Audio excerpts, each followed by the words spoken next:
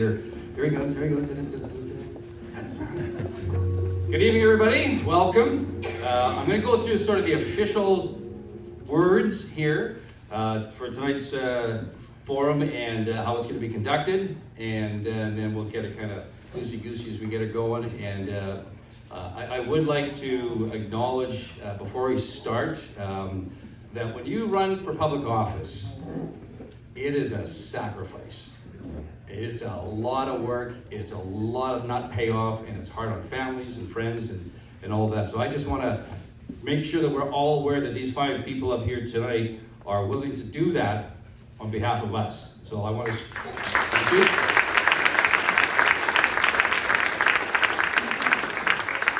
So on that note, I want to make sure that we're very respectful. We're going to have differences of opinions, I'm sure, but I've got a whole list of heavy rules I'm going to lay out here, and if you get caught, where's our security lady?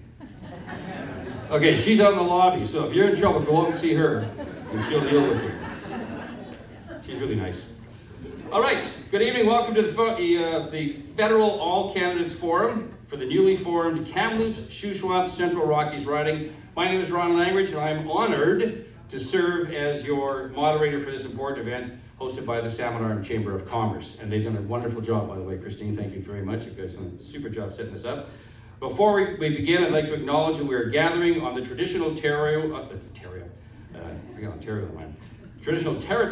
the Secwepemc people, and we express our gratitude for the opportunity to live, learn, and work on these lands.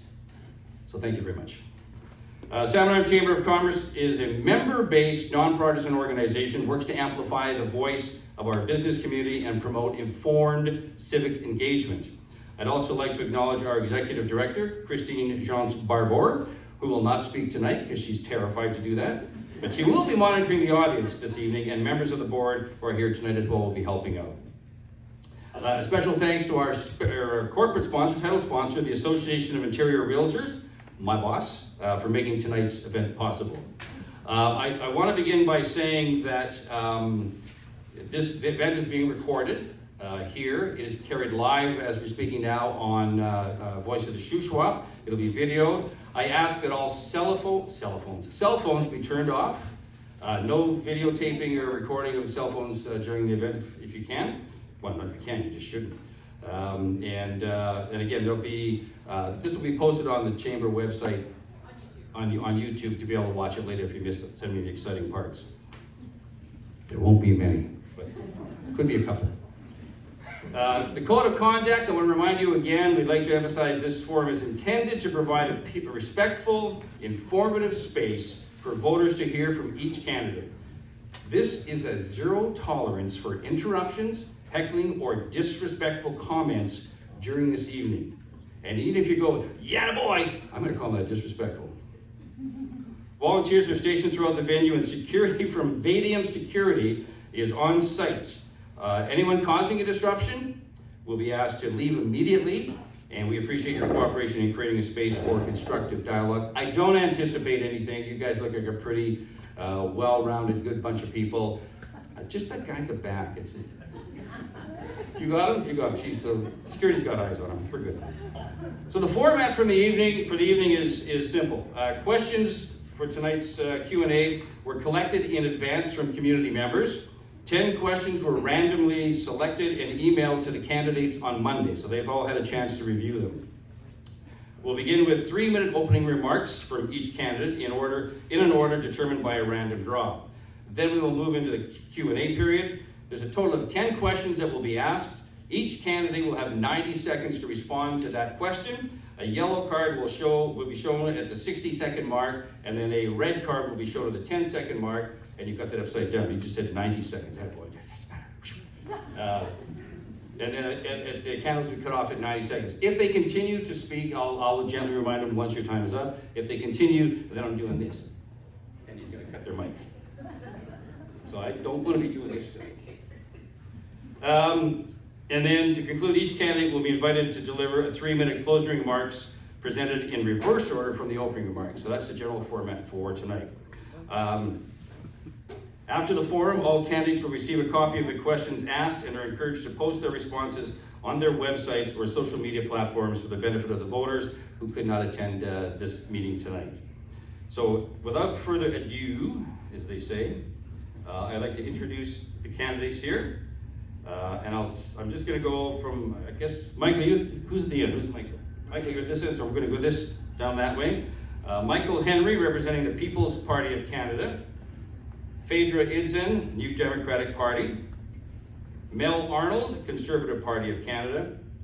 Owen Madden, Green Party of Canada. I'm glad they're all from Canada, because this would really be...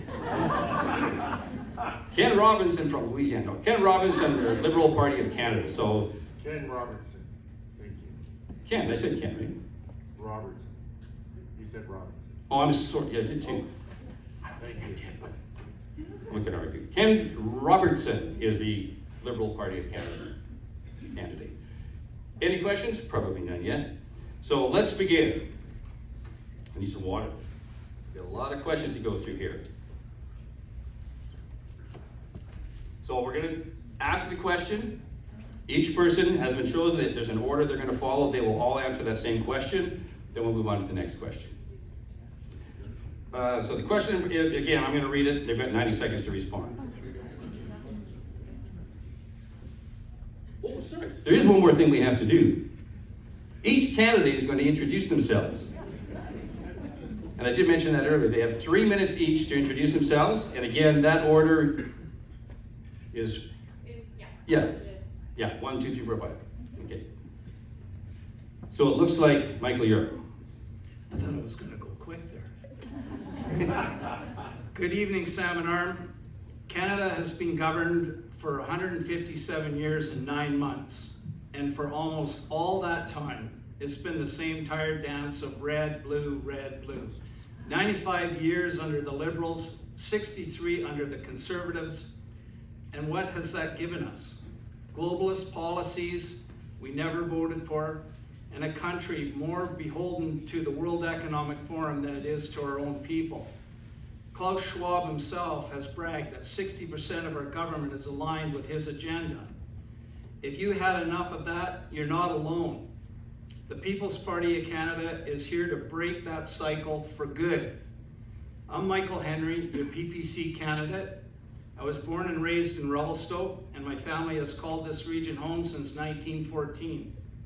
I joined the party because no other represents the values I was raised with: freedom, responsibility, and putting Canadians first. I believe in a country where your tax dollars stay here working for Canadians, not for global bureaucrats or corporate elites. We will pause immigration until our healthcare, housing, and social services can catch up. We'll stop the Bank of Canada's reckless inflationary spending, and we won't run deficits because debt is just deferred suffering. We'll break from the Paris Climate Accord, reject Agenda 2030, and end our submission to the World Health Organization, because Canada's future should be written by Canadians. We'll balance the budget by cutting foreign aid and eliminating corporate welfare. We'll fix the broken equalization system and tear down interprovincial trade barriers so Canadian business can thrive again. The mainstream media won't tell you this because they're part of the problem. They've excluded Max Bernier from the debates, but Max is still speaking through daily press conferences, independent media, and live podcasts across Canada and the US. He'll be live on X responding real time on debate night because Canadians deserve to hear everyone's voice, not just hand-picked ones by legacy media. Max will also be on Tucker Carlson tomorrow afternoon, if you're interested. Thank you. Okay, thank you, Michael. Up next, Phaedra Idzen from the New Democratic Party. Good evening, everyone. I'd like to thank everyone for coming to this event, to my fellow candidates, to Christine and the Chamber of Commerce, the Association of Interior Realtors, and to Salisbury Hall for sponsoring this event. I want to ask all of you attending tonight's debate, what do you want your community to look like 2 years from now? 5? 10 years from now? Do you see a place where housing is affordable, where your kids and grandkids can grow up with access to good schools and healthcare, where the environment is protected for future generations? Or do you see a community where the cost of living keeps spiraling out of control, where families continue to have to leave here seeking better opportunities for employment and more affordable housing options, where everyone from students to seniors struggle to make ends meet, and where billionaires, big corporations, and bankers get tax breaks while everyday people working are left behind? My name is Phaedra Izan, and I'm running to represent Kamloops, Shuswap, Central Rockies as your NDP candidate and as your voice for rural communities in Ottawa, because I believe we can build a better future together. As a lifelong Shuswap resident, a mother, and someone who has spent decades volunteering and working in this community, I know what matters most to residents here: affordable housing, strong public services, and having a strong, clear, local voice that will be heard in Ottawa. Unlike the Conservatives who prioritize corporate profits, or the Liberals who promise change, but who fail to deliver on what they promise, New Democrats have consistently fought for real solutions that help everyday people. From healthcare to housing, we've proven that when you elect New Democrats, progress actually happens. The NDP was the party that was responsible for making the Liberals bring on the Canadian Dental Care Plan, where families with income under $90,000 will save $1,700 per year. The NDP fought for and delivered free birth control and diabetes medication and devices, saving Canadians hundreds and thousands of dollars a year. The NDP fought for and won anti-scab legislation after decades of working people and their unions fighting for it. The NDP fought for and won a national school food program. The NDP forced the Liberals to initiate national early childhood education and care. The $10 a day daycare program has saved countless families thousands of dollars and brought benefits to countless children. This election isn't just about choosing a representative, it's about choosing the kind of Canada we want to live in. A Canada that is strong, sustainable, and independent from outside interference, like the United States and Mr. Trump. It's about protecting all that we hold dear as Canadians: public health care, women's rights, the new Democrat Dental Care Program, the CBC, and our national identity. Thank you, Phaedra. And up next, Mel Arnold, Conservative Party of Canada, and our sitting MP. Thank you, David, or Ron, pardon me. Mel Arnold, the Conservative candidate for the new riding of Kamloops, Shuswap, Central Rockies. I've been formally elected in 2015, re-elected 2019, and again in 2021 to represent the riding of North Okanagan and Shuswap, which included the Salmon Arm area as well as Vernon. This new riding is massive, but I am prepared to represent this riding should you choose to elect me. I have been meeting with residents of this area and the former riding over the past 9.5 years, hearing their concerns, and more importantly, over the past months since this new riding was announced, starting last fall, with meetings in Revelstoke, Golden, Kamloops, hearing from the people, hearing what the issues are. And more than anything else, affordability has risen to the top. Crime and housing have also been priority issues on almost every doorstep I've gone to. Families can't afford to get by because of the uncontrolled spending of the Liberal government that caused inflation to be 4 times what it should have been, driving up the housing costs to double what they were. Rent prices have increased. Groceries are now more than 40% more than they were when this government started. I've heard from the people that they need change, and we will bring change as a Conservative government. One other piece I want to remind everyone of is why we're actually in an election right now. There has been no government legislation debated in the House of Commons since last June, almost 1 year ago. That was when the majority of the members of Parliament ordered that the government produce documents related to the Green Slush Fund, a fund that the Liberals had been using to fund their friends, money that has been unaccounted for in the hundreds of millions of dollars. There was a point of privilege raised on that issue, and the speaker agreed with the point of privilege that was raised, so that was all that was debated from September until we recessed in December. The Liberal Party ousted their Prime Minister. They have a new one in place, and within a week of him being elected, he called a snap election. I just want to remind everybody, that's why we're in this election. The housing costs, the rising costs of living, and the corrupt Liberal government that was in place until this election was called. The Conservative government will bring in a 3 strikes rule, accountability rules, to make sure that the government is accountable to you, the people that elect us. Thank you. Thank you, Mel. Up next, Owen Madden, Green Party of Canada. Hi everybody, I'm Owen Madden. When I arrived tonight, there was one car parking space left in the car park, and it said staff or performers only. So I'm going to put myself in the performer bracket. I hope you'll allow me to do that.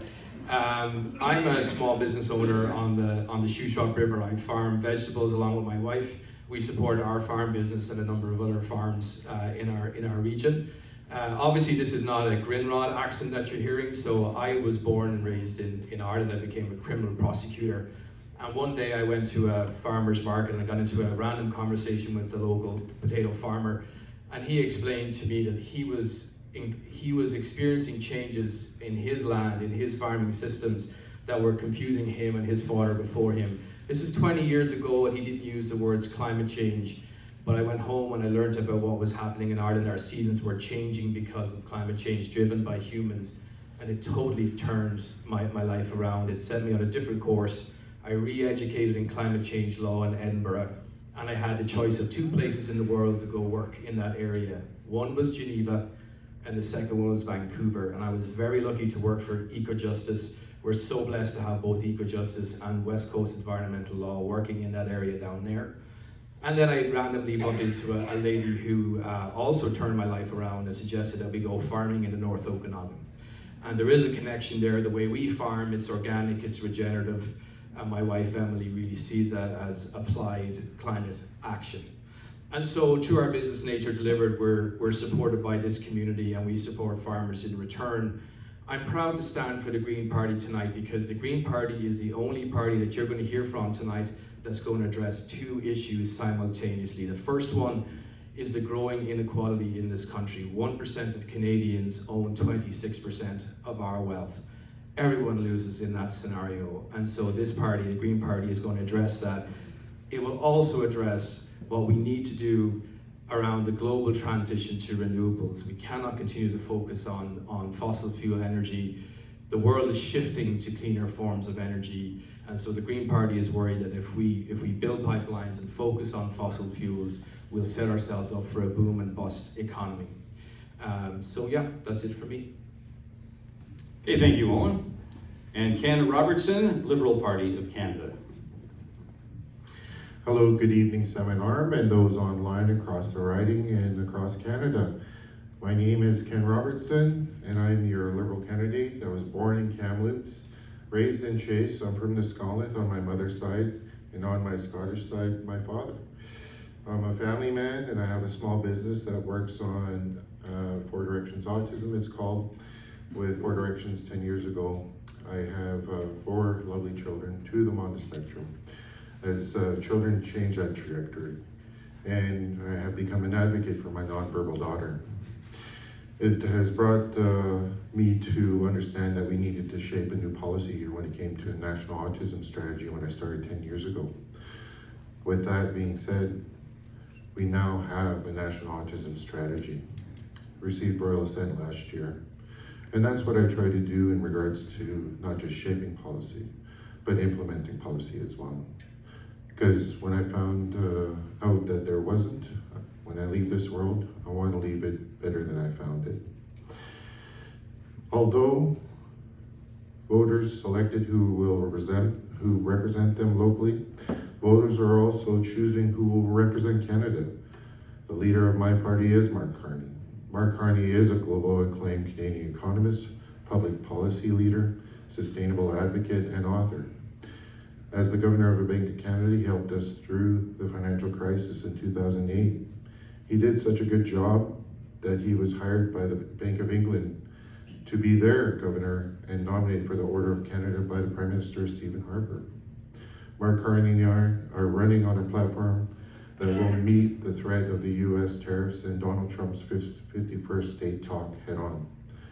His press secretary announced today that is still his goal. The world is becoming more divided and dangerous, but the hard work of Canadians means we can manage these risks and seize this enormous opportunity in the new global economy. Canada's Liberals have achieved real progress for all Canadians.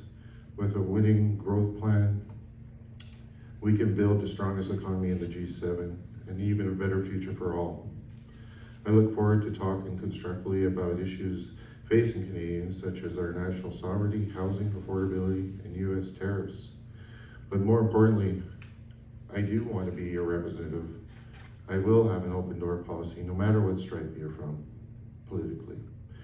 And that's why it's also important to me, because I wouldn't be the voice for this riding. I would be that vessel to convey to Ottawa that voice. Because at the end of the day, it's not about me, it's about you. I want to thank you for the time, and I want to thank the sponsors and those staff that are here. Thank you for being here. Thank you, Ken. Ladies and gentlemen, your 5 candidates for the Kamloops Shuswap Central Rockies riding.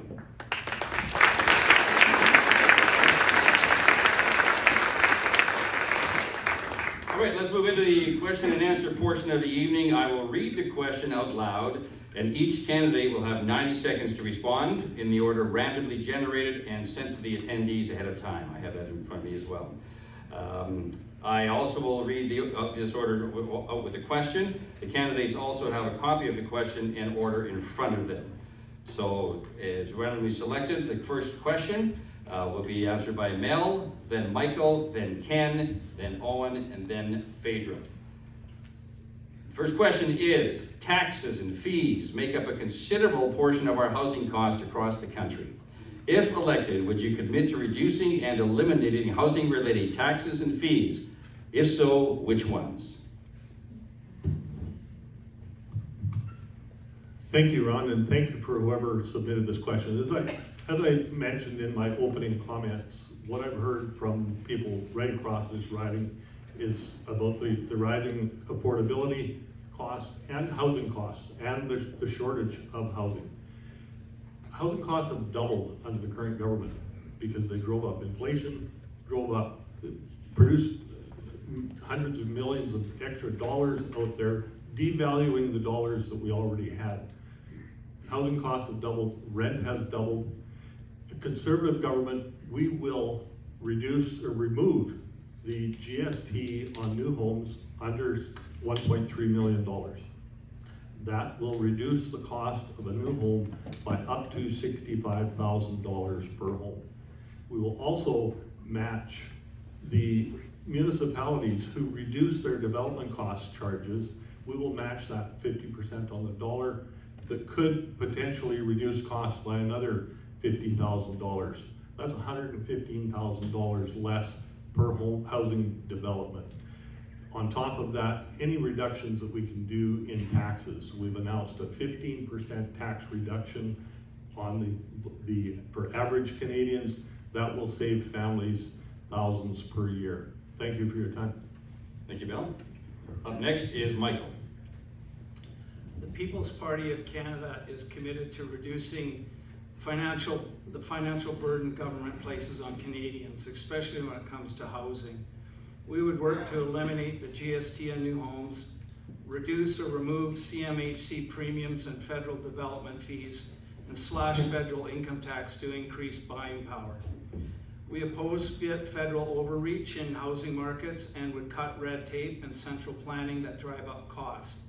We respect local and provincial governments' responsibility for housing policies and will remove federal pressure to densify neighbors of single-family homes in order to accommodate mass immigration policies.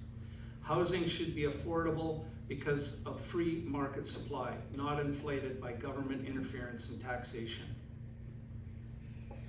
Thank you, Michael. Up next, Ken. Yes, thank you for the question.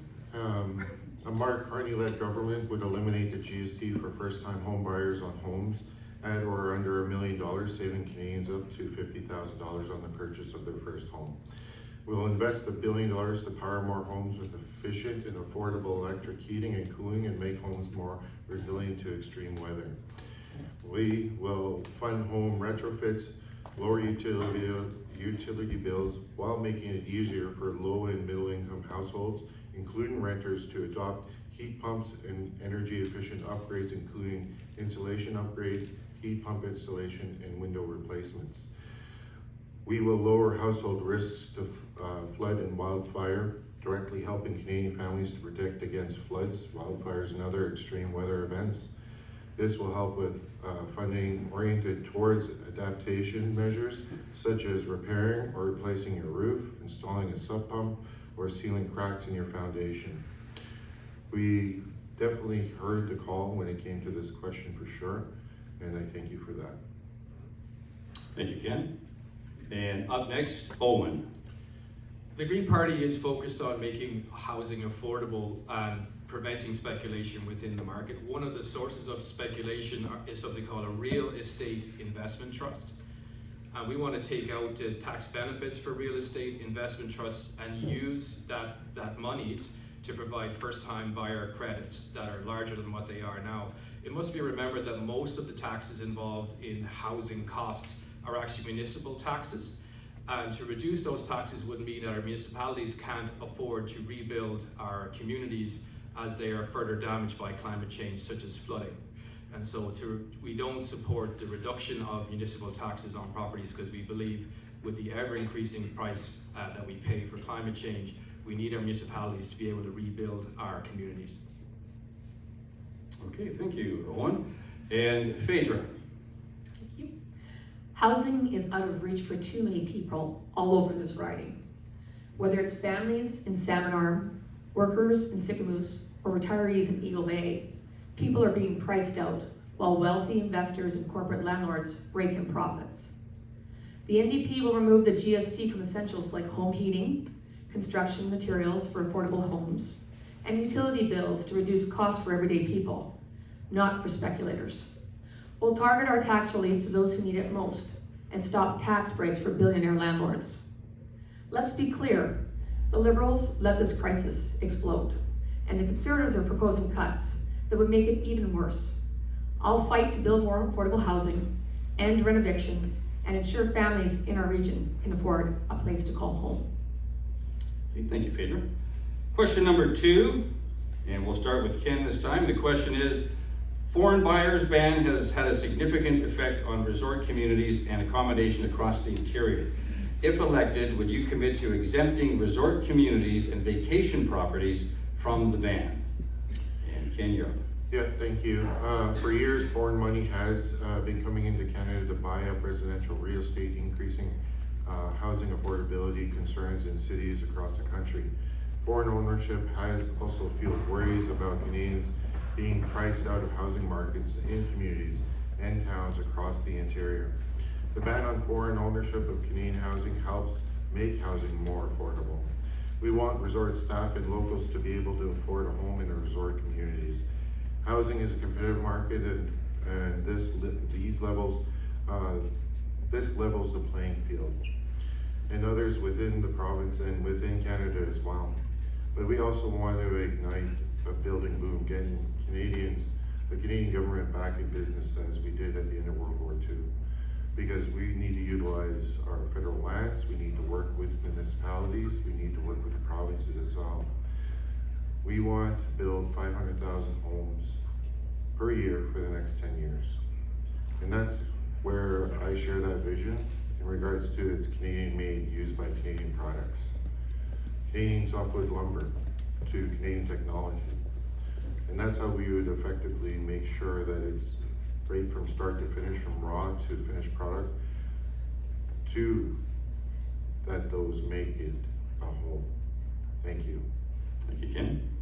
Phaedra, you're up next. In places like Sicamous, Scotch Creek, and Blind Bay, the foreign buyer ban has created real challenges for the local tourism economy. I've heard from small business owners and property managers worried about short-term rentals and long-term viability. The NDP believes in smart housing policy. That means protecting affordability while being responsive to local needs. We will work with local governments to review exemptions in resort communities because what works in Vancouver doesn't always work in Eagle Bay. But make no mistake, housing should never be a speculative commodity. We'll keep fighting for homes to be lived in, not left empty for profit. Thank you, Phaedra. And Owen. Yeah, so I looked into legislation, and here's a long word for you, or name for you. The act is called the Prohibition on the Purchase of Residential Property by Non-Canadians Act. The good news is it's supposed to expire in 2027, but it's a clunky piece of legislation for sure. You take a place like Sun Peaks. So the rule is if you're not part of a census metropolitan area, you're not supposed to be caught up in this. And that's an area that has 100,000 people or more. Which you take a place like Sun Peaks, which is not in our writing, I know that. It got lumped in with Kamloops. And so I think there are areas that ought to be exempted from this piece of legislation that currently aren't exempted. Sicamous could be an example. It could really do it with a review, and in 2027 it may not continue anyway. Okay. And Michael. The People's Party of Canada opposes blanket federal bans that interfere with local economies and private property rights. We believe communities, not Ottawa, should have a say in what works best for them. Yes, we would support exemptions for resort communities and vacation properties where the ban is doing more harm than good. Local economies that rely on tourism, seasonal residents, and investment should not be collateral damage in a one-size-fits-all federal policy. We would work to decentralize housing decisions and restore control to provinces and municipalities. Okay, thank you, Michael. And Mel, you're next. Thank you. Great question, and I thank Owen for doing some research on what this actually is. And it is a ban from foreign buyers buying certain properties. But what happened when the government brought this in is they chose winners and losers. A place like Whistler that has a huge amount of foreign investment was for some reason exempted from the foreign buyers ban. But places like Sun Peaks, Silver Star, Apex, I'm not certain about Revelstoke and Golden, did not receive that same exemption, so they were lumped in with the census, or the metropolitan census unit of Kamloops or Vernon, for example, in the case of Sun Peaks and Silver Star. Because they're lumped into that metropolitan unit, and they thought that the majority of employees would commute from the downtown areas to the resort to work, they didn't receive that exemption. So we have foreign dollars being invested in Canada, but not in the communities in our riding, because the Liberal government chose winners and losers. Thank you. Thank you, Mel. All right, our third question. In what timeline do you think the main commercial transportation route across Canada should be updated to reduce long accident and closure-prone two-lane sections? This in particular applies to the federal sections of the highway in the national parks. And Phaedra, you're up first. Thank you. Everyone in this region has a story about Highway 1. Accidents, long delays, detours through small towns like Chase, Sicamous, and Sorrento. And in the national parks, that highway is outdated, dangerous, and unacceptable in 2025. I've personally spoken to a Parks Canada employee and discussed his concerns and told him that I would look into this issue regardless of the election outcome. I personally drove on Highway 1 for over 4.5 years, back and forth to Sicamous, with many close calls with commercial transports, almost having an accident. I, for one, want to make this a top priority if I'm a successful candidate. New Democrats have called for a national infrastructure strategy that prioritizes safety and builds for resilience. That means accelerating twinning projects and making sure federal routes, like the stretches through Glacier and Yoho, get the investment that they need. We'll support a Build Canadian plan that creates local jobs and ensures timelines that reflect the urgency of this risk. Unlike the Liberals and Conservatives, who delay or cut funding depending on the year, we'll treat this like the priority it is. Thank you, Phaedra. Owen. I'm conscious of the loss of 2 young lives in Malacot that this community has suffered recently, and enough is enough. There's been too many lives lost on Highway 1. The Green Party has a plan to institute a 10-year federally funded upgrade that includes twinning of all the key sections that have been raised in the question through national parks, etc. We want to ensure that highway system is stocked with electrical vehicle recharging options for people, so that we can move to electrons and transport ourselves the way the world is moving to. Thank you, Owen. Michael. The People's Party of Canada believes in investing in essential infrastructure, not bloated bureaucracy. The Trans-Canada Highway is a critical economic and safety corridor that must be modernized. We would prioritize updating dangerous 2-lane sections, especially in high traffic areas like the national parks, within 5 to 10 years through streamlined approvals and efficient spending. Understanding that in parks, there's natural habitat that must be considered, and so we want to make sure those things get done properly, but in an expeditious manner. We oppose endless delays from federal red tape and environmental overregulation. Canadians deserve a safe, efficient highway system now, not decades from now. All right. Mel. Thank you. Trans-Canada Highway is our major transportation corridor across the Rockies from Alberta. They transport goods, but more importantly, they transport humans. Your family, my family, everyone goes back and forth, and unfortunately, too many of us have lost loved ones or have loved ones injured on that stretch of highway. I also met with the Parks Canada employee that their biggest concern from their union was that the safety of their members having to move from one community to another for their daily jobs. They have to travel from Golden to Field, or from Golden through to Revelstoke, through the Glacier Park. They don't have a choice. They have to do that for their daily work. The truck drivers that go through there, they don't have a choice. They have to do that for their daily work. We would commit to improving that stretch of highway, and especially through the parks, as fast as possible. But we have to have realities around affordability as well. The big piece is the non-national parks piece is decided by the provincial government. They do the engineering, the planning, and when they're ready to move forward with a project, the federal government has stepped in with matching funding, and it was the federal government that matched the funding for all of the improvements east of Golden that have recently been completed. Thank you. Thank you, Mel. Ken. Yes, thanks. I believe this work is urgent both for safety and trade. Interprovincial trade has gained new attention following Donald Trump's trade war and tariff threats. This brings more attention to our roadways, as Mark Carney-led government will inject $5 billion into new trade diversification corridor fund to build the infrastructure that will help diversify our trade partners, create good jobs, and drive economic growth. This fund will accelerate nation-building projects at ports, roadways, inland terminals, airports, and highways. This will build a Canadian economy and diversify our trade away from the United States. With what our party's plan with respect to the, oh, sorry, that's it. Thank you. Okay. Getting ahead of myself, Okay. sorry, folks. All right, question number 4. What are your party's plans with respect to high crime rates and the catch and release that happens in so many cases? What would you advocate for when it comes to shoplifting and property destruction against local businesses? Oh, this is where it's going. Yes, sir.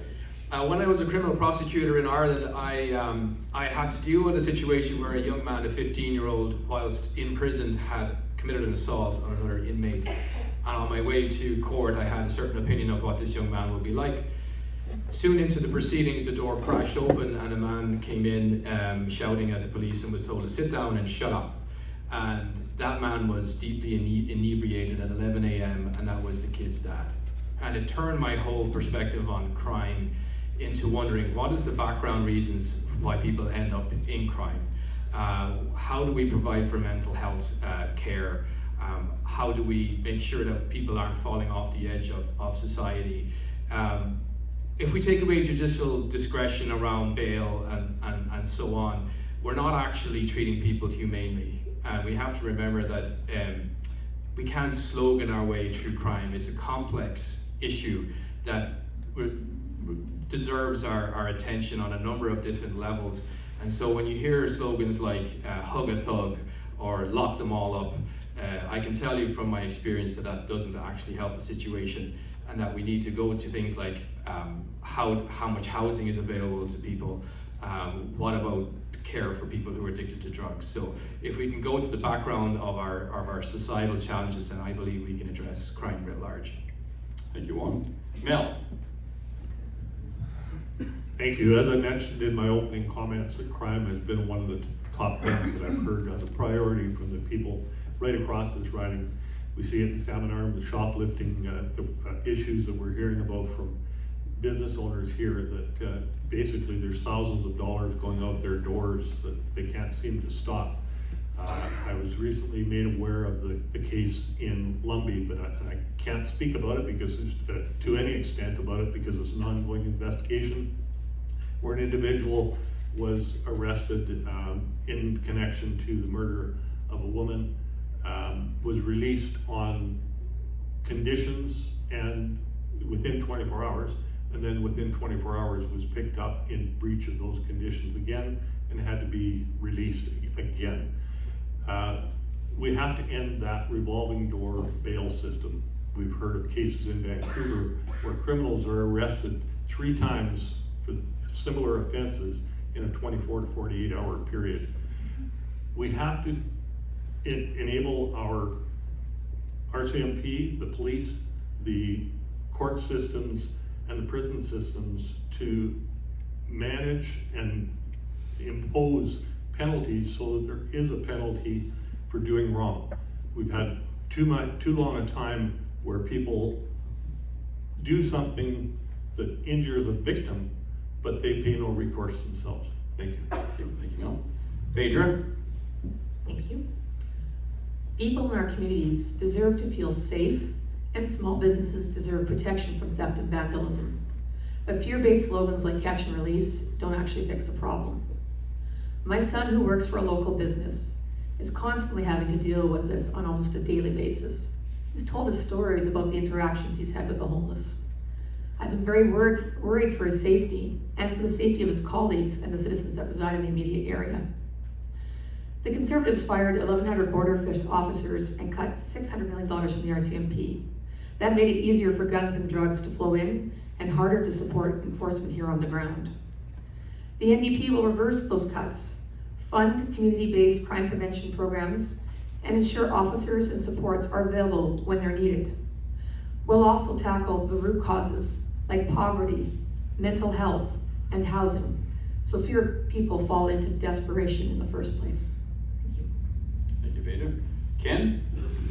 Yes, so we will strengthen our law enforcement and justice systems to fight organized crime and trafficking, better protecting families and children, and stop the flow of drugs and guns from the US border. We'll recruit 1,000 more RCMP personnel and create new RCMP Academy in Regina. We'll also increase pay for cadet recruits, increase funding to the Public Prosecutor Services of Canada to increase capacity to prosecute more drug production, trafficking, and importation offenses.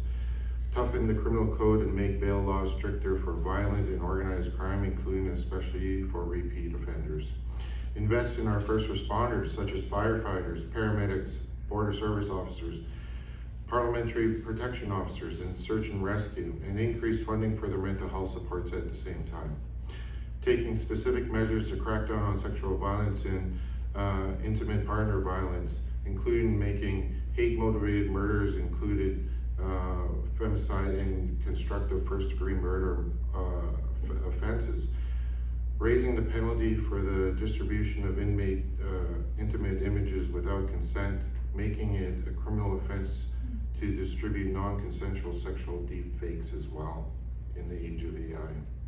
Train 1,000 new CBSA officers to crack down on drugs, including fentanyl and its persecutors, illegal guns, stop gangs from stealing cars and smuggling them out of our country. We Okay, also, that's time. thank you. Thanks, Ken. And Michael. The People's Party of Canada is committed to ending catch and release policies that embolden criminals and punish victims. We believe in restoring law and order by giving police and courts the tools they need to keep dangerous offenders off the streets. We would reform the bail system to stop the revolving door of repeat offenders, enforce mandatory minimum sentences for violent crime, and treat property crimes like shoplifting and vandalism as serious offenses, not minor nuances. Local businesses are the backbone of our communities. The PPC stands for real consequences for crime and zero tolerance for those who destroy what Canadians have worked hard to build. Thank you, Michael. Don't go forward. You're coming up next. Question 5. What are your party's plans in caring for freshwater sources with the increase in the spread of invasive species such as the zebra mussels threatening to impact BC lakes and rivers? Michael. The People's Party of Canada believes protecting Canada's freshwater is a national priority, especially when it comes to invasive species like zebra mussels threatening BC lakes and rivers.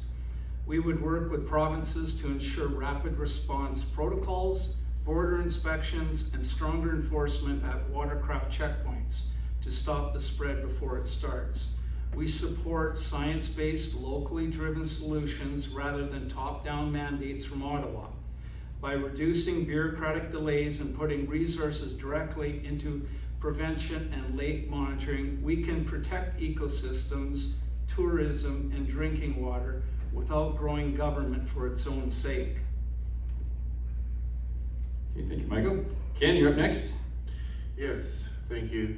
Mark Carney-led government will protect our fresh waters, including by investing $100 million in our Strategic Water Security Technology Fund to advance Canadian R&D, AI, monitoring, and data tools, clean up and maintain and protect wildlife in and around our coastal waters, including by investing an additional $15 million to modernize the location, retrieval, and responsible disposal of ghost gear, threatening marine life, mammals, and birds, and also conserve nature and biodiversity, including by creating the 10 new national parks and marine conservation areas and 15 new urban parks as well, bolstering Indigenous stewardship, including by establishing a new Arctic Indigenous Guardian program and funding Indigenous-led conservation and protect projects. Protect nature where it protects us, including by implementing nature-based climate solutions which deliver measurable carbon sequestration and biodiversity benefits while supporting community resilience. It takes also working with the provinces and territories when it comes to this, but also municipalities. We need to listen to scientists first of all, because this is where we need to do our research in regards to how do we effectively eliminate this in a good way. Thank you. Okay, thank you. Mel, you're up next. Thank you for this question. I've been involved in trying to prevent invasive species since before I was elected. Years ago when I was with the local Fish and Game Club, we had invasive fish planted in our local fishing lakes here. It took 7 years from the time we first wrote the first letter from the club for the government to actually start to take action. When I was elected in 2015, I immediately started work on the aquatic invasive species issue, the zebra and quagga mussels, that are a potential threat to our entire water ecosystems here in the province. We've been lucky so far, and I mean lucky because they've actually stopped boats at the border that were infested, that were headed for the Shuswap system. But the Liberal government has cut the federal funding for that, and when they cut it, they only inspected half the number of boats. So what did they find? They only found half as many that were infected. That tells me that possibly the other half got through. 80% of the federal funding for invasive species, aquatic invasive species, is spent on 2 species in the Great Lakes, sea lamprey and Asian carp. The remaining 20% is spread across the rest of Canada. I've been advocating for fair and equitable funding for aquatic invasive species since 2015. This government has ignored it ever since. Thank you. Thank you, Mel. Phaedra. Thank you. The lakes and rivers in this region, from Shuswap Lake to Adams Lake, aren't just beautiful. They're vital to our economy and way of life. Zebra mussels and other invasive species pose a serious threat to tourism, agriculture, and Indigenous stewardship. The NDP will increase federal funding for invasive species response and support Indigenous-led water monitoring efforts. We'll ensure federal infrastructure funds include strong protections for our water sources, and we'll fight to make polluters, not communities, pay for environmental damage. This is about safeguarding our natural heritage for the next generation. We don't have time for delays or watered down plans. Thank you. Thank you, Phaedra. Owen. I wish I was as knowledgeable as Mel going back over the years. My introduction to this issue was a huge billboard outside Kelowna that told me that there was a problem at all. But leading on from that, and as a result of this question, I learned that there is something called the Canada Water Agency, and that billboard is an example of how that agency could work to inform travellers from Alberta and BC that the issue is there and it's very real.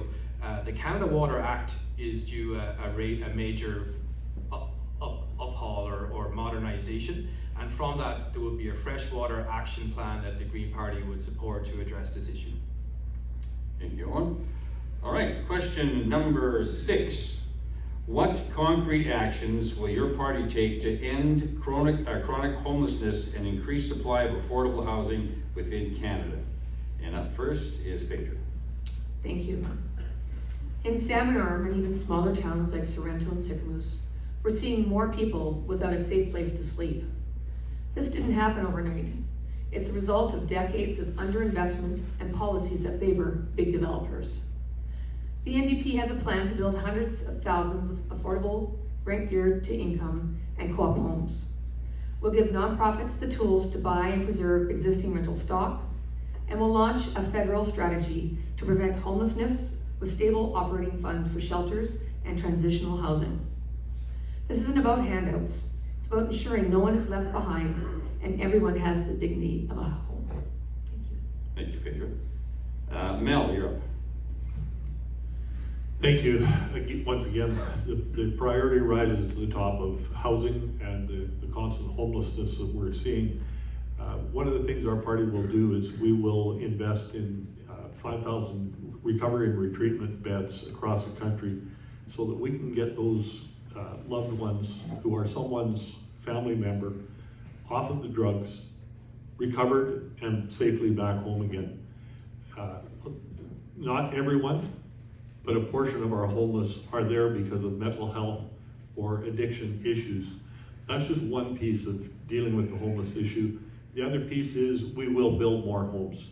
We will create trades positions through the apprenticeship program by sponsoring up to $4,000 for apprentices to learn the trades, a program that was recently cut by the current Liberal government.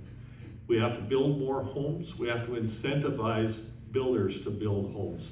If you take away any incentive to be a landlord, as we've seen over the past 9 years, landlords aren't going to build rental homes to rent out. There are a number of pieces to this issue. It takes the communities, the provincial, the federal governments, and Indigenous governments all working together to build more homes to increase the supply so there's a home for everyone. Thank you. Thank you, Mel. Owen? The Green Party wants 1/3 of Canadians who earn $40,000 or less to have no income tax, and that releases more funds to be able to afford a person's rent. The second plank is to provide rent support for low-income Canadians, and the third one is to build affordable homes, but to make sure that they stay affordable. So how do you do that? You put a covenant on the land title, which pegs the cost of that to about 30% of your average income in Canada. What happens is affordable homes don't stay affordable because they fall into the hands of speculators, and if we can keep speculators out of the housing industry, we will have more affordable homes. Our arable land we bought in 2015 for $10,000. went to $40,000 by 2022 when we had to move. So that's not you and me that's causing that. That's speculators buying up farmland in the valley.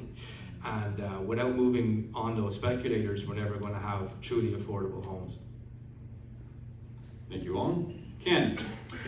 Yes, Mark Carney-led government will double the pace of construction to almost 500,000 new homes a year with a housing plan that will get the federal government back in the business of home building by building affordable housing at scale, including on public lands, provide over $25 billion in financing to innovation prefabric home builders in Canada, including those using Canadian technology, resources like mass timber and softwood lumber, to build faster, smarter, more affordable, and more sustainable, and provide $10 billion in low-cost financing and capital to affordable home builders. We need to understand that as a community, we also have to work with those municipalities as well, because they're going to be hooking up to obviously the utilities. We need to make sure that they have those reduction in red tape, for instance, so that we know that they will be ready for hookup. Because at the same time, you can build homes, but you need to have a plan.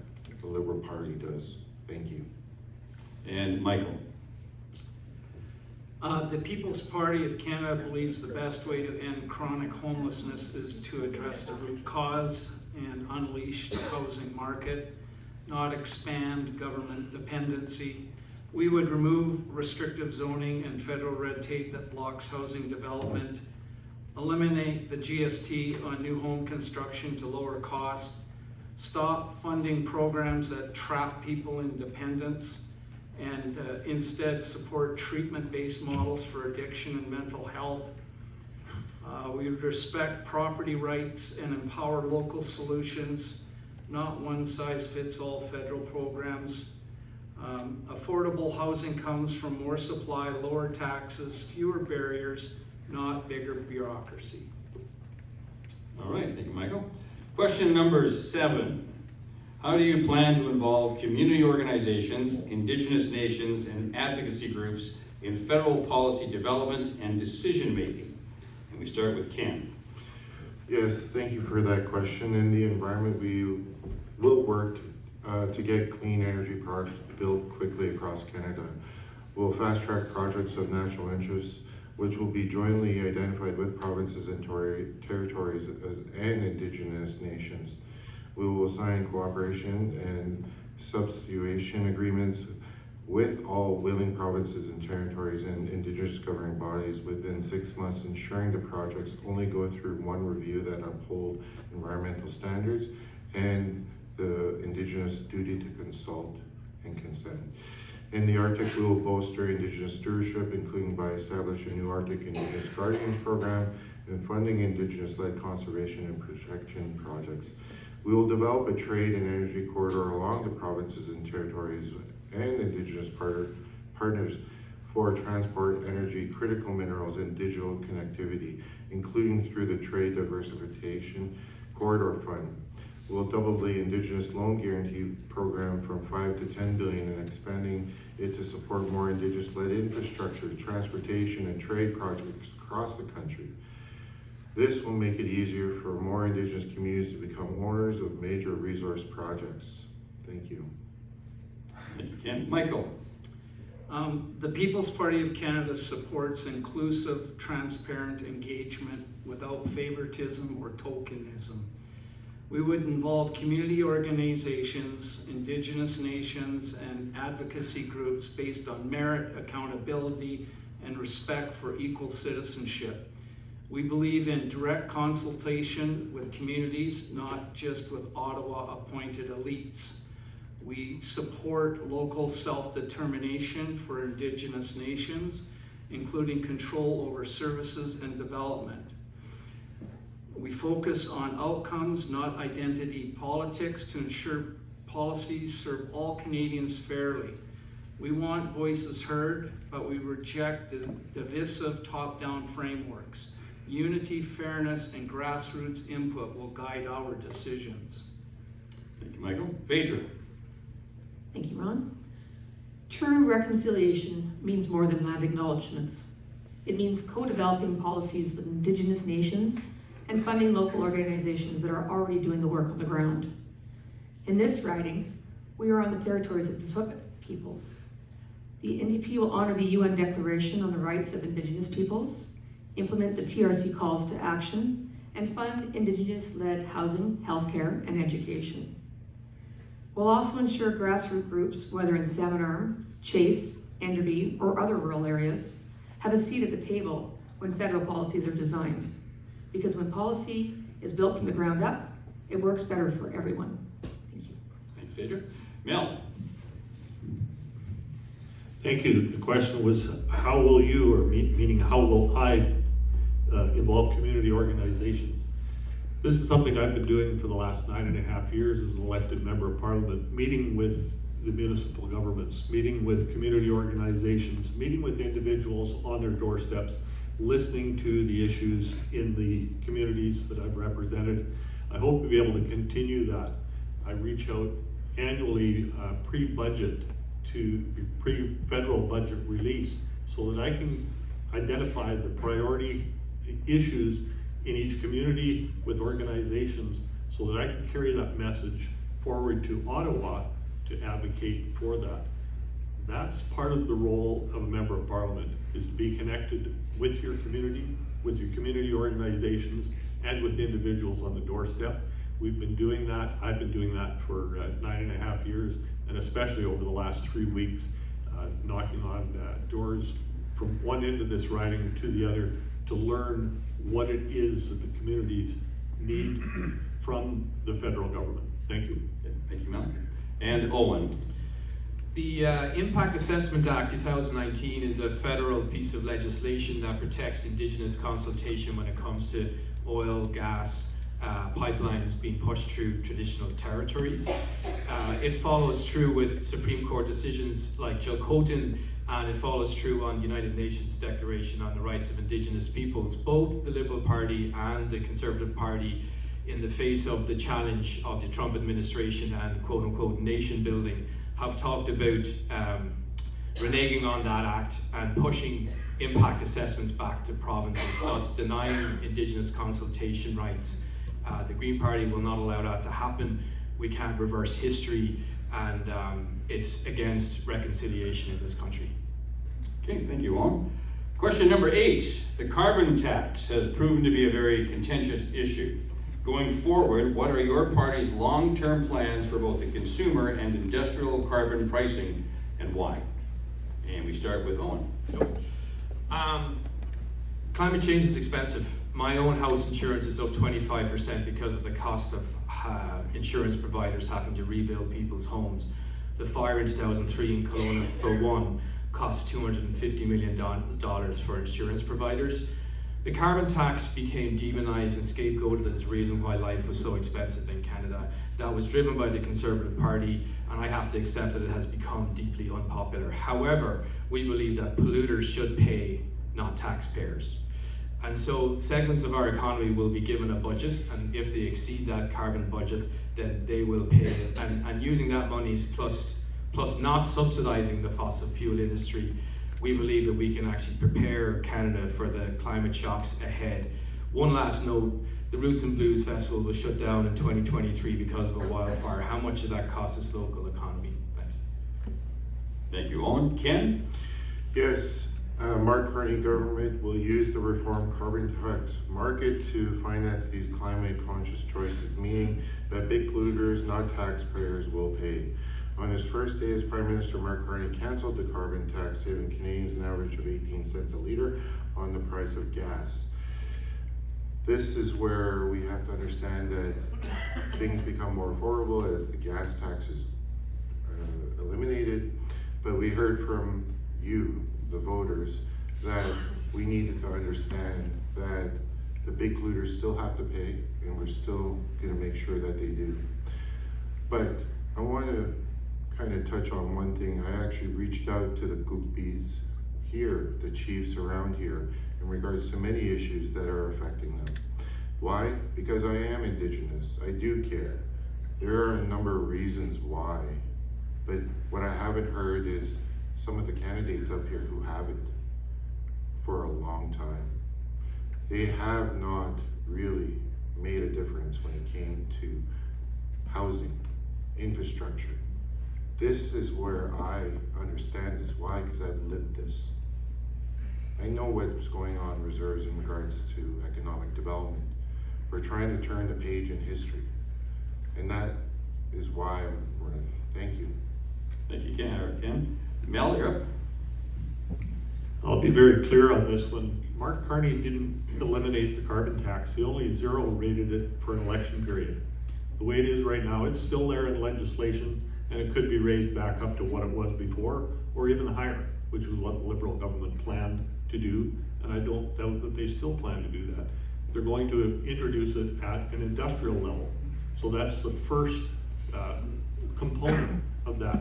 Every time a product then moves down the supply chain, that carbon tax price or cost that's built into the cost will compound every step of the way. So you are going to pay more for a carbon tax under the current Liberal government, should they be re-elected again. We can't afford another 4 years.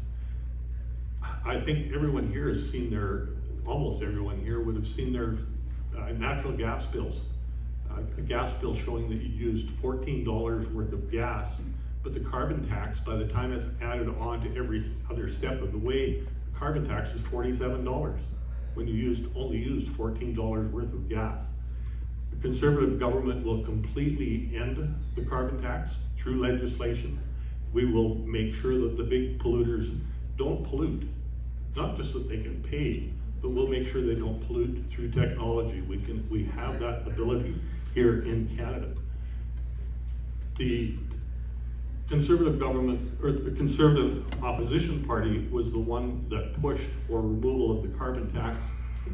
Mark Carney, in his first day, zero rated it. He did not remove it, and he probably will not. That's where we stand on the carbon tax. Thank you. Thank you. If I've got a few seconds left. Actually, you don't. But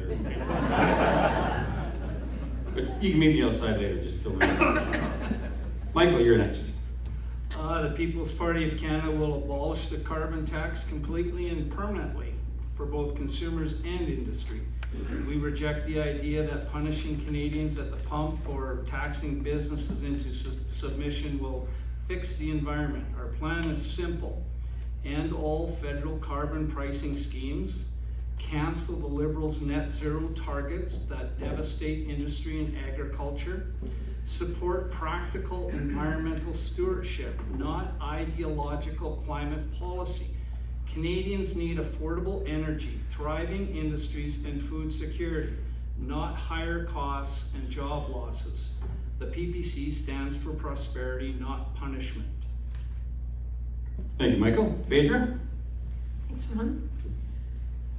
People in our region are already dealing with the climate crisis, whether it's wildfires, droughts, or floods. And while people are doing their part, they see oil and gas giants getting billions of dollars in subsidies and paying next to nothing in carbon taxes. The NDP would shift the burden off of families and small businesses and onto the big polluters.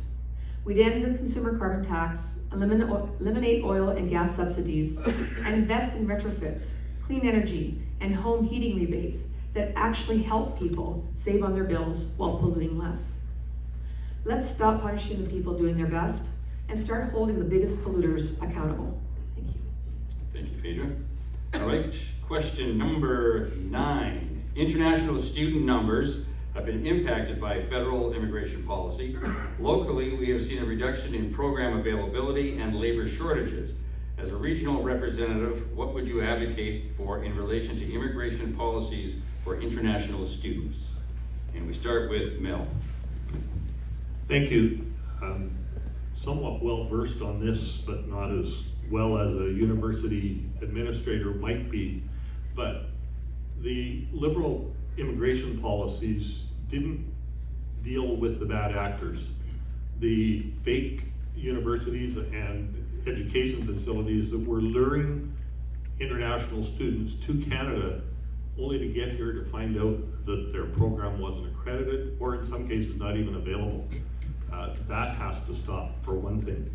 The My MP office has been receiving a massive number of inquiries from individuals that came over to Canada or into Canada as foreign students.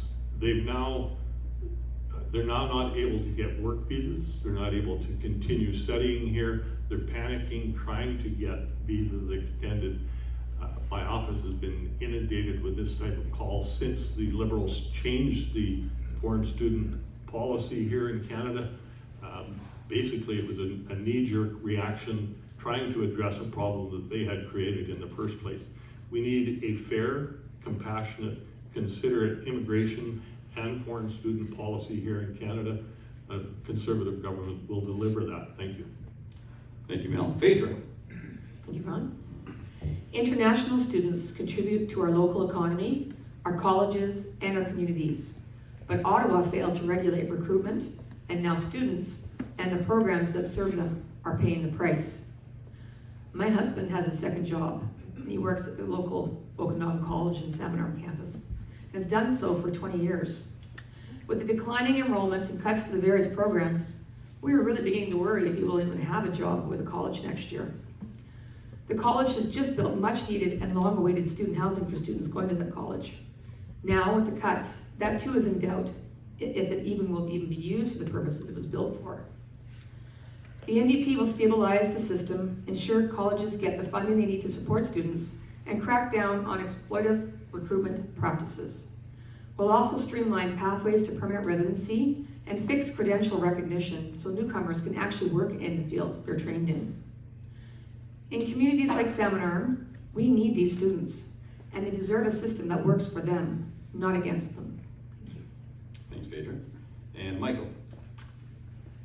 The People's Party of Canada supports a smaller, smarter immigration system that puts the interests of Canadians first, including the education and the labor market.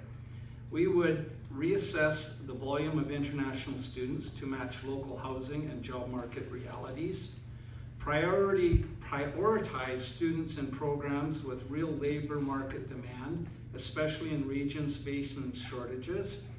We'd streamline work permits for high-performing students who contribute to Canada's economy. We'd crack down on fraudulent institution and protect the integrity of our education system.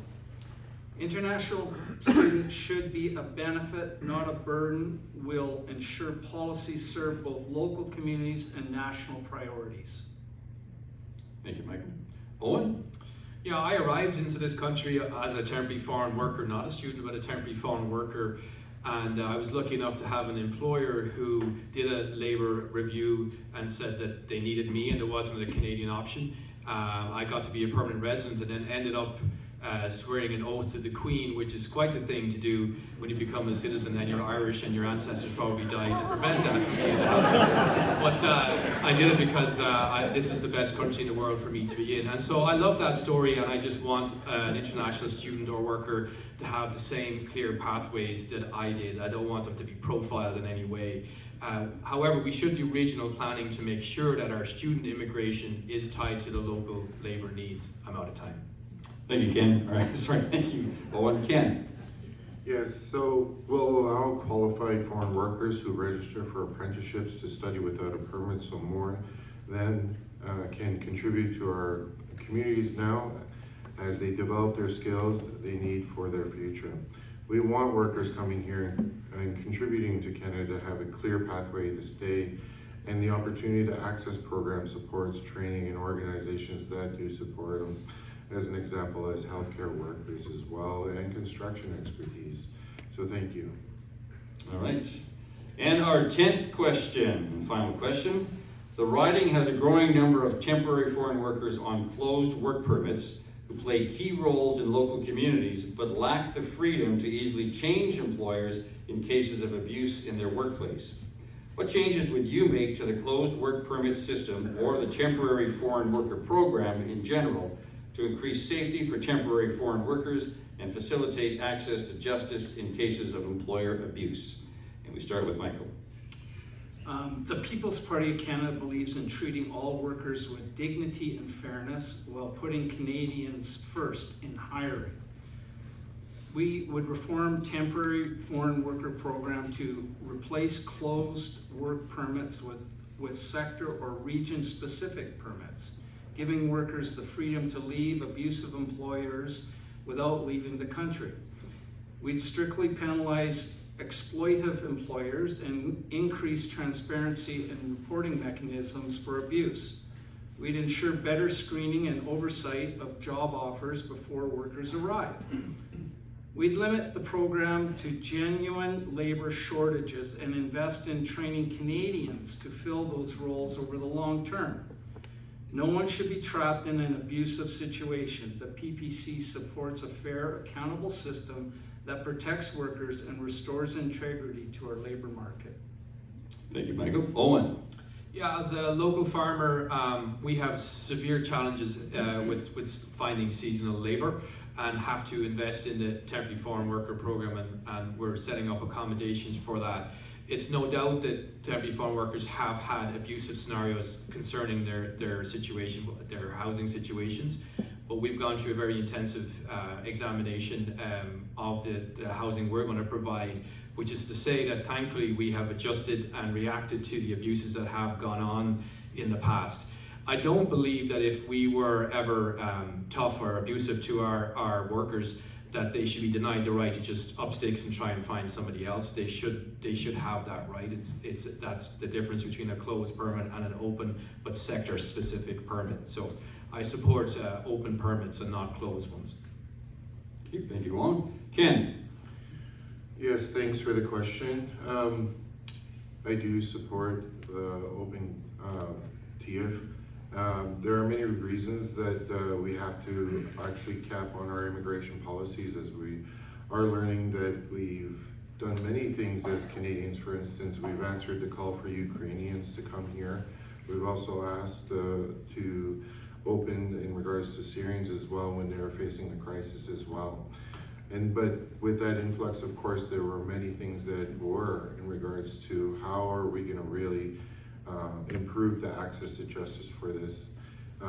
Given that it's the last question of the night, I would like to address the elephant in the room, and that is Donald Trump and his trade war and the real threat to our country. As recently as this past Friday, Trump was saying he wants Canada to be the 51st state. This is unlike any election before. It comes at a time of crisis. President Trump's tariffs are disrupting global markets, fundamentally reshaping an international trade system. His stance on Canada is even more direct and aggressive. He wants to weaken us so America can own us. Our response is to fight, protect, and build. A Mark Carney-led government will stand strong against President Trump's tariffs, create new jobs, cut taxes for the middle class, modernize our energy infrastructure, and build the cleanest, faster, and growing economy in the G7. Liberals will build a strong Canada. Thank you. All right, thank you, Ken. Phaedra. Thanks, Ron. I've spoken with workers and employers in agricultural and hospitality who rely on migrant labor, but our current system is broken. Closed work permits trap workers in abusive situations with no recourse and no real protection.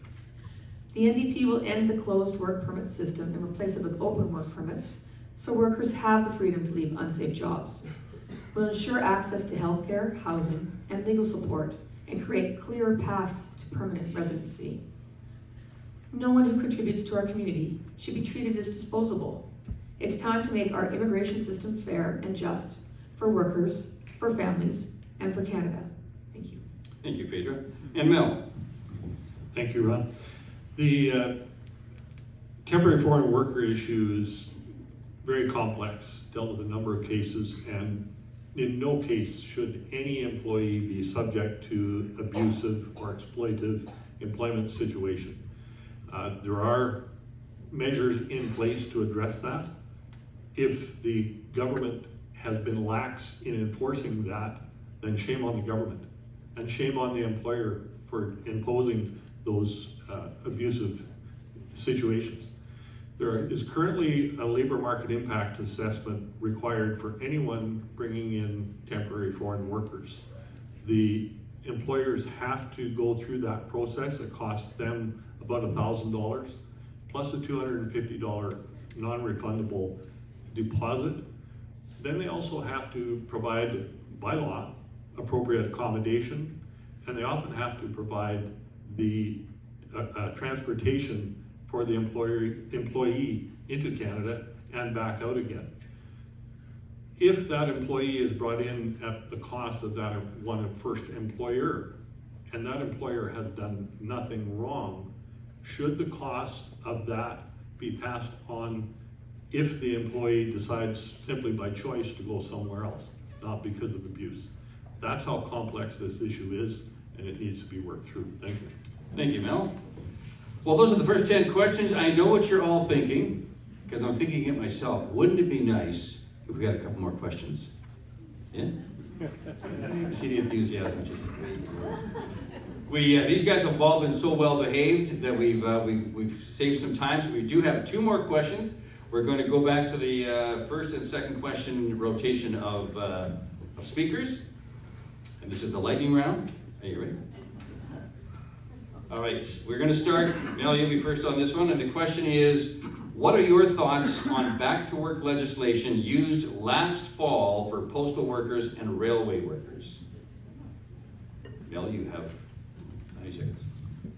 Thank you. I don't believe back-to-work legislation was introduced. I would have remembered it if I had been there, if it had been taking place, because I was there. Last fall, there was no legislation debated in the House of Commons, as I mentioned earlier, because the government would not produce the documents they were ordered to. Workers deserve fair, equitable, and considerate bargaining, and that should happen at the bargaining table, not being forced on them by government or anyone of that nature. Thank you. Okay, thank you, Mel. I just read them as I get them. Michael.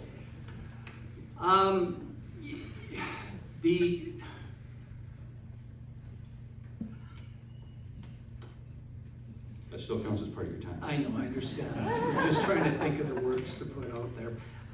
Negotiations and contracts are that's part of the labor practice and labor laws, and they should work, and you should be able to avoid inconveniencing the rest of Canadians in that type of situation. I believe that if it does fail and Canadians do suffer, the common sense approach would be to have a part of binding arbitration to resolve the issue and get it done and fixed. So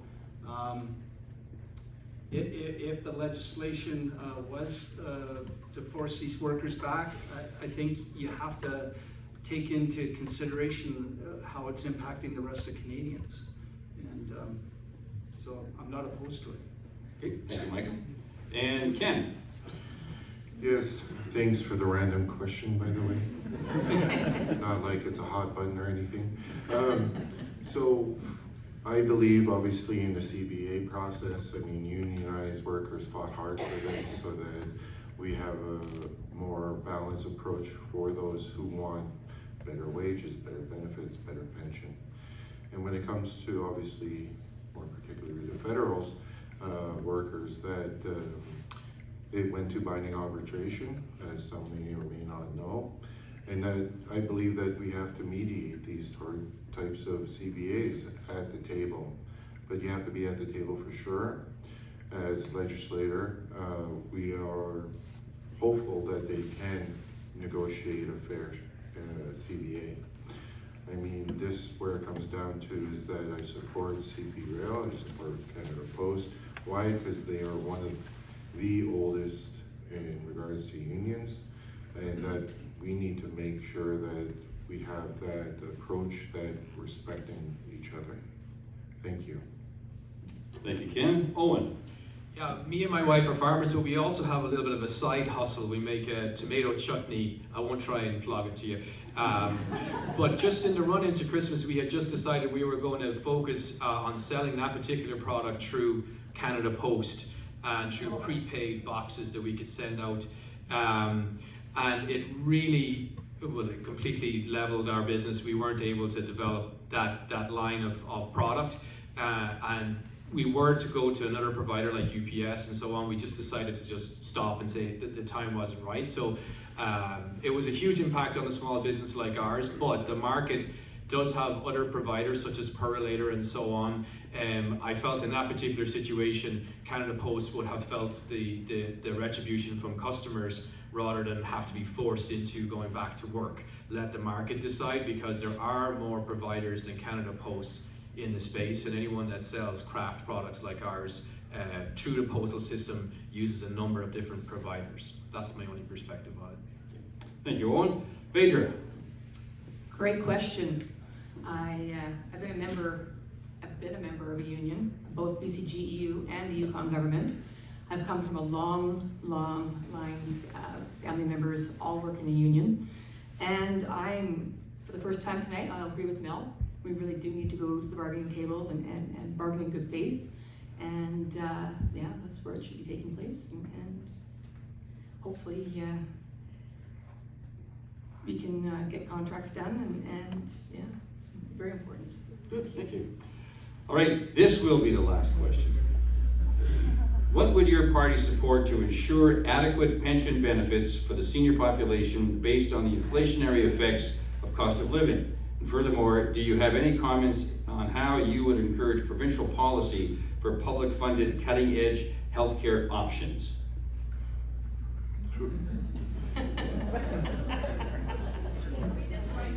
You didn't give them a comment. I'm going to repeat the question because it's a mouthful. Please. And I'm going to look at Christine and read it.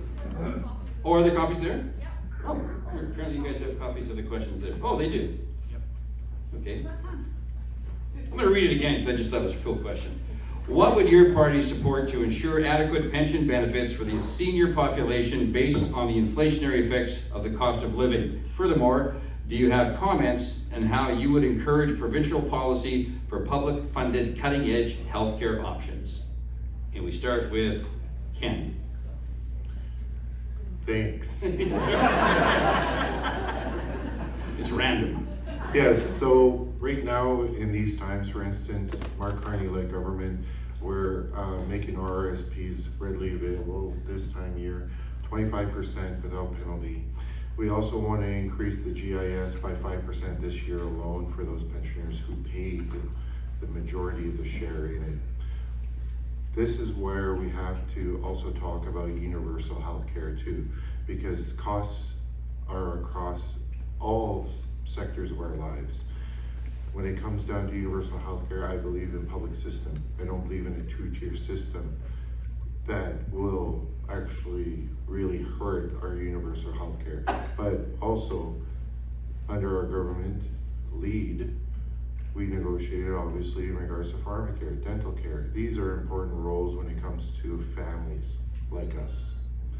We need to effectively make sure that these are enshrined in Canadian policy, but also make sure that no one's left behind, as well as seniors.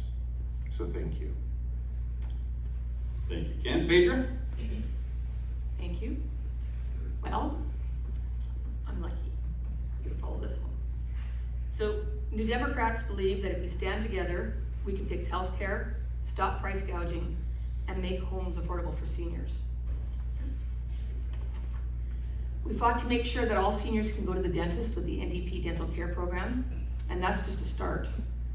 New Democrats would make sure that seniors don't fall through the gaps by bringing in a national senior strategy to make seniors' health care a priority, reduce isolation and tackle seniors' poverty, lifting all seniors out of poverty by increasing the guaranteed income supplement, taking the profit out of long-term care, free medication for seniors with universal public pharmacare, building accessible and affordable housing to increase choices for seniors, ending pension theft by ensuring that seniors with pensions are at the front of the line when corporations fail, and improving services for seniors living in rural and remote communities, much like ours.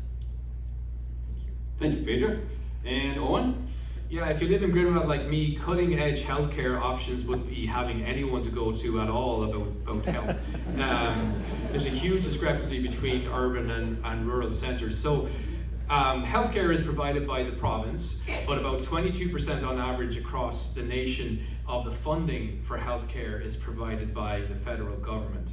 And you can put stipulations on that. So if I, with my bias, if I got to be in Ottawa, I would stipulate that that money be spent on provision in rural areas to bring it up to what the urban centres are getting. Also, we are suffering from a mental health crisis in this country, in my opinion, and too many people are suffering mentally because they cannot afford the expensive therapy and counselling that they require. That would be my second stipulation. We have to provide healthcare provision that's affordable or free. Thank you, Owen. And Michael? To the first part of the question, the tax rate would be for the People's Party of Canada 15% on the first $100,000, so that would help free up inflationary events for seniors. With the health issue itself, we propose to repeal the Canadian Health Act and create conditions for provincial and territory governments to set up mixed public private universal systems like other developed countries. We'll replace the health transfers, cash payments with a permanent transfer of tax points equivalent to the value of the provinces and territories, and give them a stable source of revenue, and in turn they would be responsible for improved efficiencies in the healthcare programs. We'd establish a temporary program to compensate poorer provinces whose revenues from tax are lower than with the transfer payments they used to receive. So there's a couple of items that we have on the table that we'd be interested in processing. Thank you, Michael. And Mel? Thank you. Great question. Our seniors built this country, and they're being left behind by the wasteful inflationary spending of the current government. We've seen inflation devalue your pensions, your GIS, your CBP, your old age security. We will work to protect, we will ensure those are protected. We'll also allow seniors to work longer and earn up to $34,000 tax-free. That's $10,000 more than the current situation. Allowing seniors to work longer and rewarding them for working longer instead of punishing them with taxes. On the provincial health care issue, one of the things that I received probably more postcards, emails, and letters on than any other issue over this previous parliament is this current Liberal government's attack on natural health products. I don't know if any of you sent me postcards, but I literally received thousands of messages regarding that issue. They want to put the same restrictions on natural health products as prescription drugs, making those products unaffordable to everyone, including seniors. Those are the things I'm going to stop or work on stopping as your elected representative. Thank you. Okay, thank you, Mel. Now, one of the things about being in public office, and I'm sure Mel can attest to this, is often you get caught off guard. Something comes up and you have to do something about it or say something about it at the moment. And to that end, I'd like to help all of you learn that skill just a little better here tonight. So I'm going to throw one more question at you. All right, you ready for this? I think this will be the last one. And we're going to see, Phaedra, you'll be going first on this one. And here is the question. It's a good one. What are your thoughts on the firearm bans in recent years? What is your party's stance on the rights of law-abiding hunters and firearms owners? Good question. Well, make sure I get this right.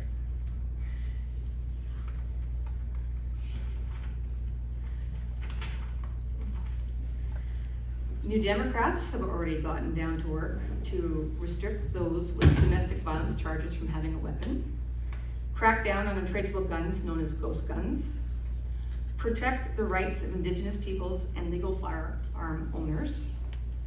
We'll hire thousands of new border officers and give them the right to stop border crossers in between regular ports of entry, so they can stop guns before they get into Canada.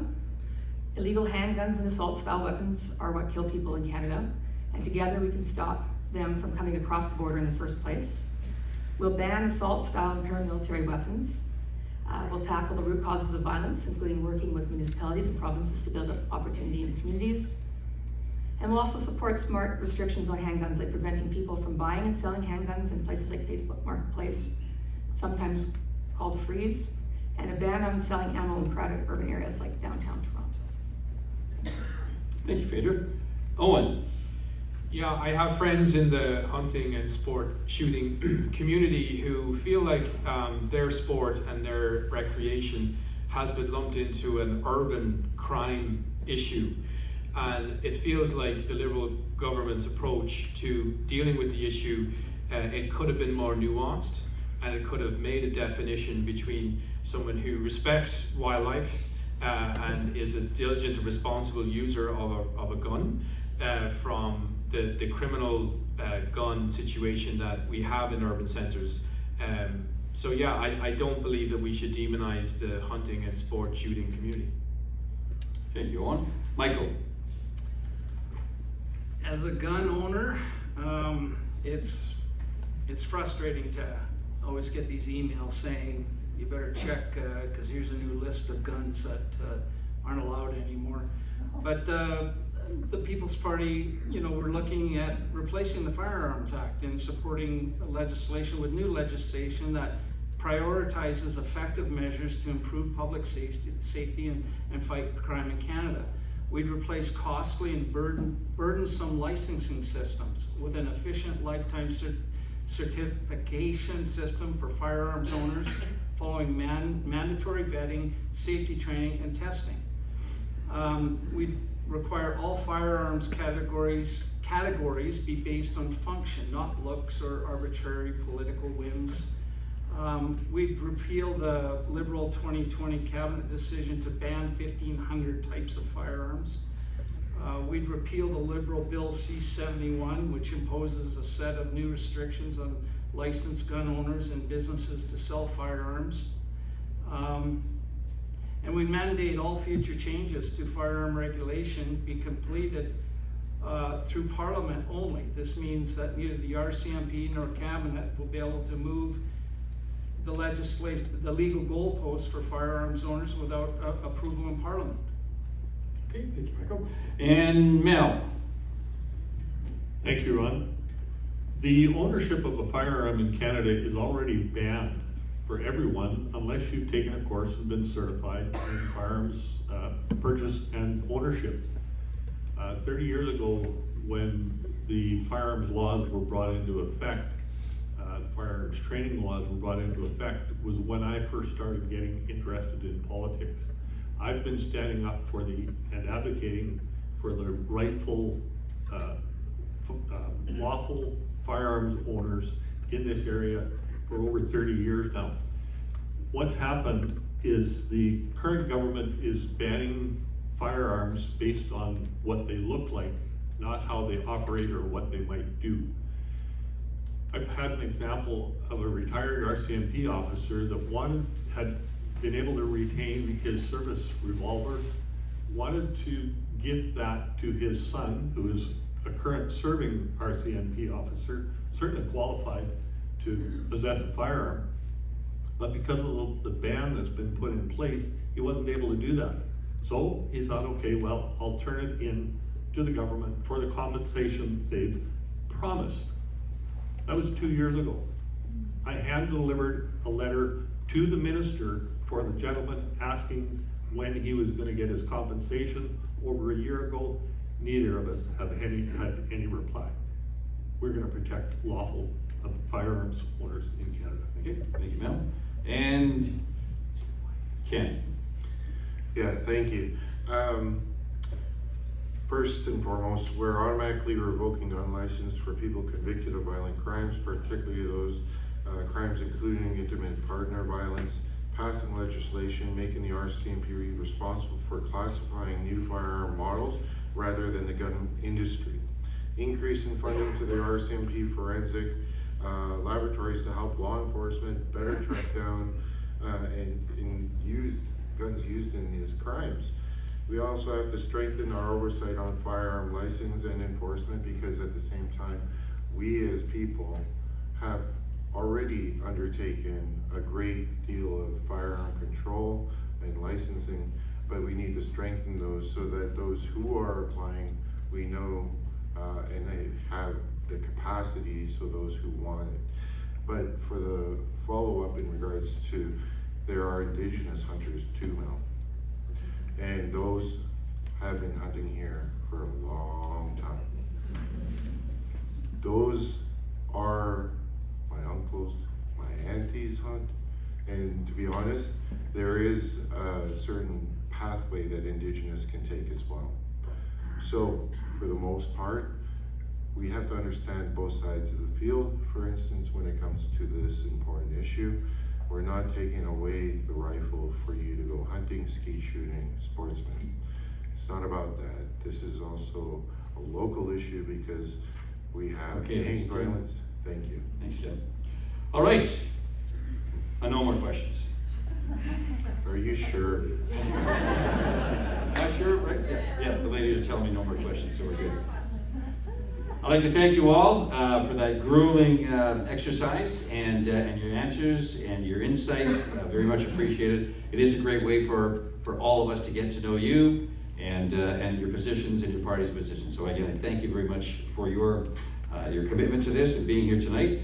So we're now going to move into the closing statement period. Each candidate will get 20 minutes to.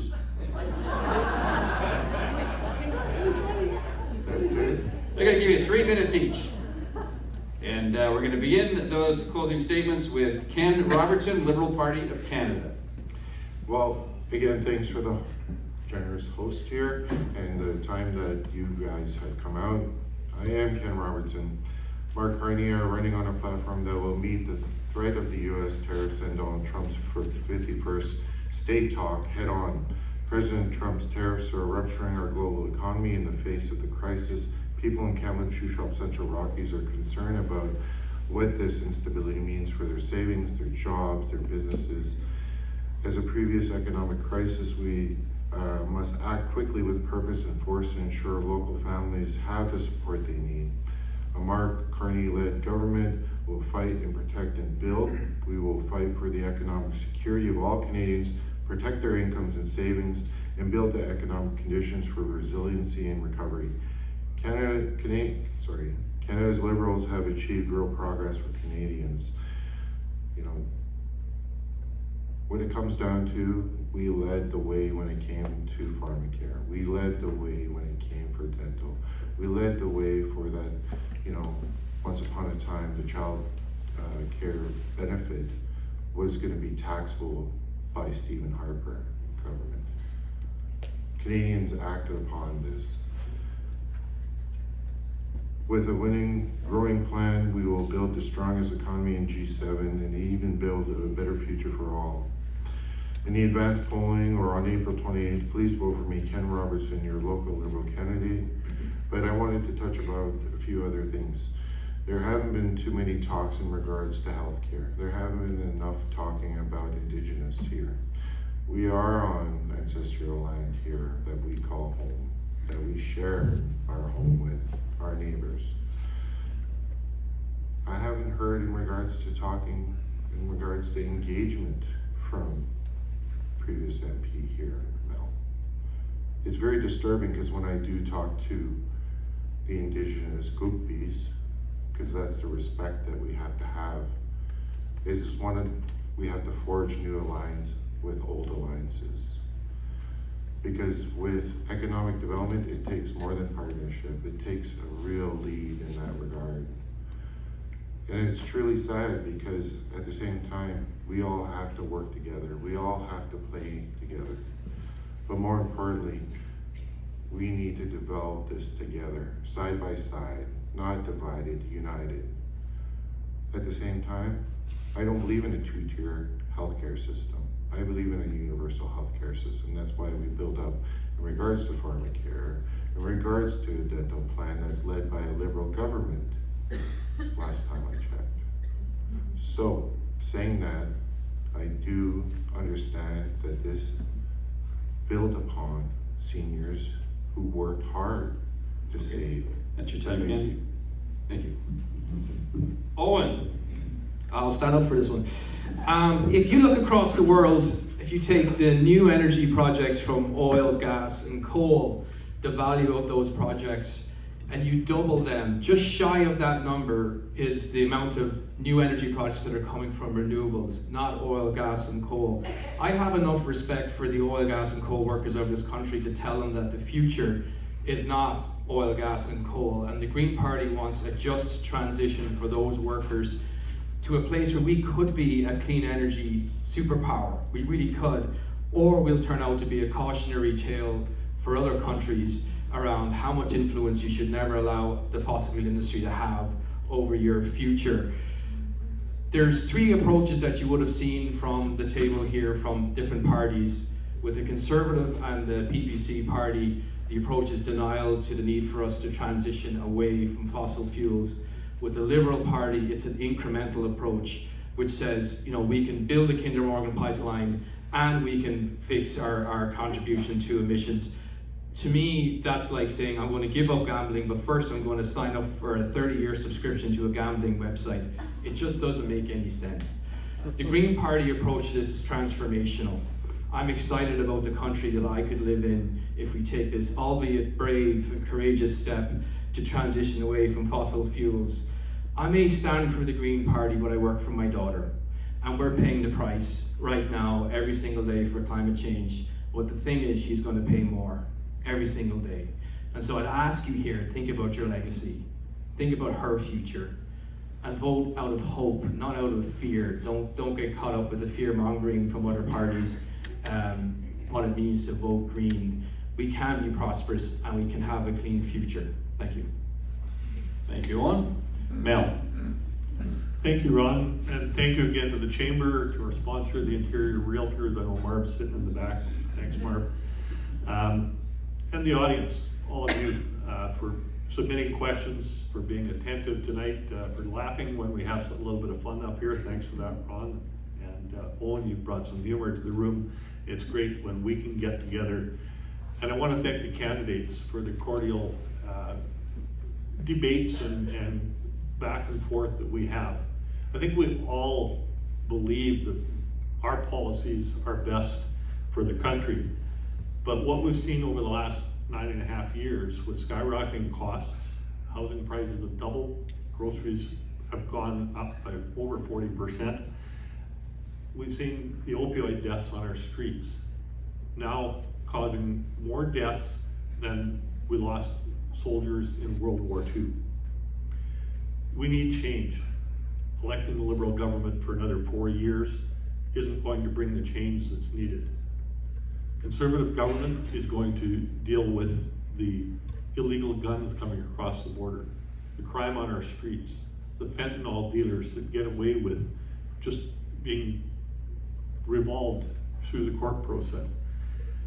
We need protection for our seniors, we need protection for our children, and we need hope for a future for those children so that they don't have to live in mom and dad's basement at 30 years old, so they can afford to save up a down payment rather than the 25 years it takes right now to save a down payment instead of 25 years to pay off a mortgage. We need hope so that everyone can have a good life here in Canada, where hard work earns you a good paycheck so that you can buy an affordable home on a safe street in a country that flies a proud Canadian flag. By reducing taxes, by reducing the wasteful government spending, the Conservative government is going to provide more than just that promise. They're going to provide that future for Canadians. I hope to be part of that Conservative government, and so I'm asking for your vote. Thank you very much. Thank you, Mel. Phaedra. Thank you everyone for coming tonight. Thank you, Ron, to my fellow candidates, to Christine and the Chamber of Commerce, Marv and the Association of Interior Realtors, and to Songsborough Hall for sponsoring this event. Imagine a Canada where every family has access to affordable housing, every child can see a doctor when they need one, and no one has to choose between paying rent or buying groceries. Imagine a country that leads the fight against climate change while creating sustainable, good-paying jobs. That's the vision New Democrats are offering this election. The Liberals have had decades to fix the problems we face, and all they've delivered are half measures. The Conservatives, they'll cut essential services and open the door to privatized healthcare, making life even harder for working families. The NDP is different. We're not here for billionaires, bankers, or big corporations. We're here for working people, for you. I was born and raised here. I've built my family in this community I love. Whether coaching or refereeing with Shuswap Youth Soccer, helping families welcome new furry friends through Shuswap Paws Rescue Society, supporting evacuees and evacuations during the recent forest fires, or volunteering at the Salmon Arm Legion, my commitment goes beyond volunteer work. It's about nurturing the kind of community where our children and grandchildren can thrive, feel safe, and belong. This is home, and I'm dedicated to strengthening it every day. For almost 2 decades, I've worked in the real world, in the justice system, healthcare, seniors housing, and now at a car dealership. I've got real world experience. So when I talk about affordability, I'm not just saying the word, I'm living it. I see it when my kids are forced to choose between groceries and gas. I see it when young adults can't afford to move out, and when neighbors are delaying retirement because rent keeps going up. This isn't abstract. This is personal.